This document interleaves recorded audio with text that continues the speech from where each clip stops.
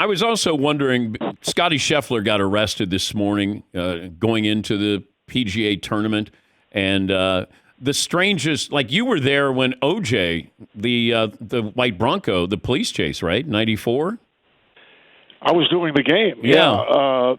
I was doing it, going back and forth with Tom Brokaw, who was following the car chase, and then I would throw it to Bob Costas or to Tom. It was one of the strangest events to cover with that going on. In fact, it was at first we're looking across the way, and there were TV screens along the press table at Madison Square Garden, and you could see people coming down to stand behind the riders to watch what was going on, and it was, and the players would come over, and check it out during timeouts.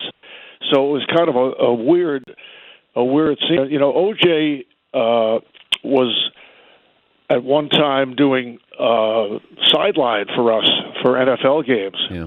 And I remember I was working with Paul McGuire at the time, and we would rehearse, and all of Paul's comments during the rehearsal were used by OJ when he would go on the pregame show. So he took Paul McGuire's info. No, it was Paul's mostly, I must say, the strategy. We had met with the coaches and met with players, and Paul would always have great stuff. And then what we had to do after a couple of games went by in this fashion, we were actually throwing the rehearsal. In other words, we made things up. Just to see if OJ was going to use them? Yes, he did. A couple things he did. Yes. But how difficult was it? But that's my searing memory of OJ, working with us at NBC. But how difficult was it? You're broadcasting an NBA Finals game. Meanwhile, you got this going on where Tom Brokaw on news, Bob Costas is involved in this, and then now back to you, Marv. So just the rhythm of trying to keep that going. How difficult?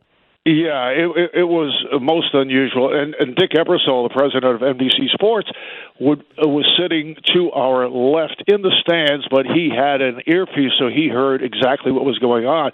And he was kind of directing the activity, also. Send it back to Tom, go over to Bob, all this kind of stuff. And, by the way, there's Charles Smith with the jump shot, So it was really the most unusual situation I have been in on the air.